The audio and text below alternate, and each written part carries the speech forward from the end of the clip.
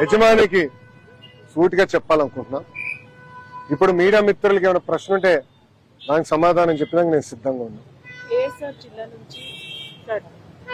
జిల్లా నుంచి అక్కడ గిరిజన పిల్లలకి బర్త్ సర్టిఫికేట్స్ అందడం లేదు అని వాళ్ళు చాలా బాధపడుతున్నారు. మీకు రిప్రజెంటేషన్ కూడా ఇచ్చారు అజయ్ కుమార్ అని ఆయన. సో దానికి సంబంధించి ఇప్పుడు ప్రధానంగా అమ్మ గతంలో మనం చూస్తే ఒక విధి విధానం లేకుండా నడిచింది. ప్రతిదీ ప్రజాప్రతినిధుల దగ్గరికి వెళ్లాలనేది గత ప్రభుత్వ ఆలోచన. దానికి ఫుల్ స్టాప్ పెట్టాలనుకుంటున్నా. నేను టెక్నాలజీ అంటే ఐటీ మరియు ఎలక్ట్రానిక్ శాఖ మంత్రి కాకుండా ఆర్టీజీ అంటే రియల్ టైమ్ గవర్నెన్స్ కూడా నాకు అందజేశారు బాబు గారు. దాంట్లో చాలా స్పష్టంగా బర్త్ సర్టిఫికేట్, డెత్ సర్టిఫికేట్స్, అంటే marriage certificates, income certificates, cost certificates, అదేవిధంగా విద్యుత్ బిల్లు కానివ్వండి, ఇంటి పన్ను కానివ్వండి, చెత్త పన్ను ఎట్టుకో మన ప్రభుత్వం చేసింది. మిగతా పనులు ఉన్నా కూడా డైరెక్ట్ గా వాట్సాప్ ద్వారానే అందించాలి. వాళ్ళు బటన్ నొక్కితే వాళ్ళకి రావాలనే లక్ష్యంతో మేము పనిచేస్తున్నాం. ఆల్రెడీ ప్రక్రియ ప్రారంభించాం. త్వరలోనే అది ప్రజల ముందర పెడతాం.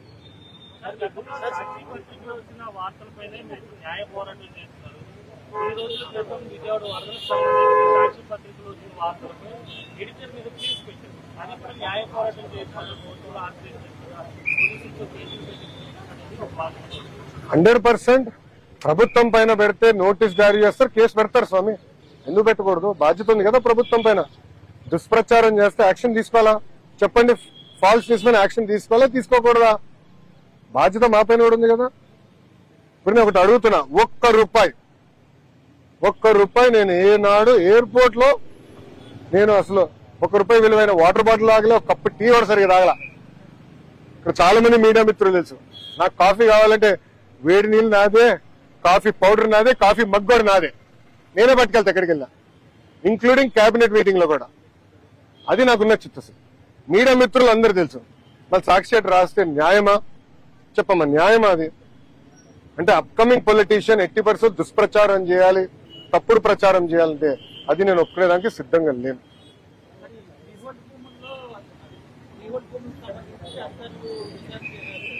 Sorry, free hold.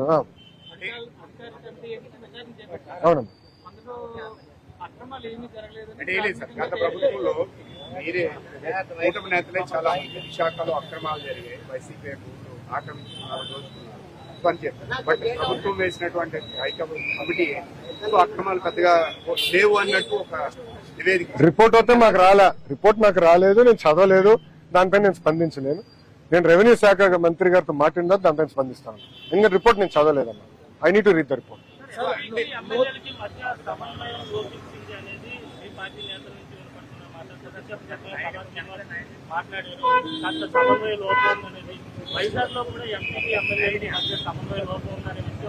ఎంపీ గారు ఇక్కడనే ఉన్నారు, వినండి. ఎంపీ గారు ఇక్కడనే ఉన్నారు. పల్లా శ్రీనివాస్ గారితో కూడా మాట్లాడాను, వెలుపూడి రామకృష్ణ బాబు గారితో మాట్లాడాను. అటు పక్కన గంటా శ్రీనివాస్ గారిని కూడా నేను దాదాపు 2-3 సార్లు కలిసి 100 రోజుల్లో 120 రోజుల్లో ఎక్కడ ఎవరు నాకు ఇది చెప్పలేదు. ఇది కూడా ఇమాజినేషన్. మళ్ళీ చెప్పలేదు, అది నో చెప్పలేదు. ఏంటమ్మా?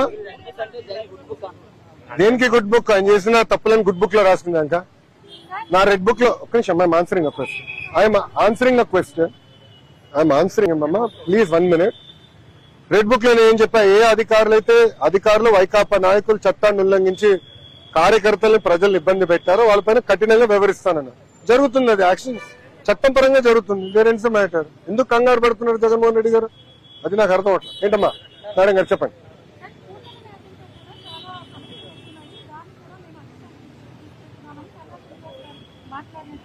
అవునమ్మా, ఇప్పుడు మాది పెద్ద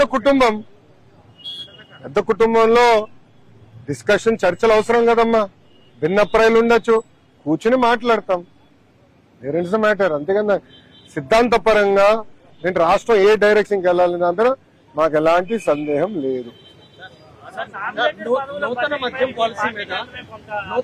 పాలసీ మీద అనేక విమర్శలు చేస్తున్నారు సార్ ఇవాళ జగన్మోహన్ రెడ్డి గారు. కానీ గత ప్రభుత్వ హయాంలో పేద ప్రజల ప్రాణాలతో చెలగాటమాడి అక్రమ మద్యాన్ని వాళ్ళు సొమ్ము చేసుకున్నారని మీరు అనేక విమర్శలు చేశారు. ఈ మద్యం అక్రమాల మీద ఏమన్నా చర్యలు చేపట్టేది ఉందా? దాని మీద తదుపరి సీరియస్ గా ఉండబోతుంది యాక్షన్ అనేది? వన్ సెకండ్, ఇన్వెస్టిగేషన్ జరుగుతుంది. ఇన్వెస్టిగేషన్ జరుగుతుంది. ఇన్వెస్టిగేషన్ అయిన తర్వాత మొత్తం బయటపడుతుంది. తప్పనిసరిగా యాక్షన్ తీసుకుంటా. వస్తున్నా.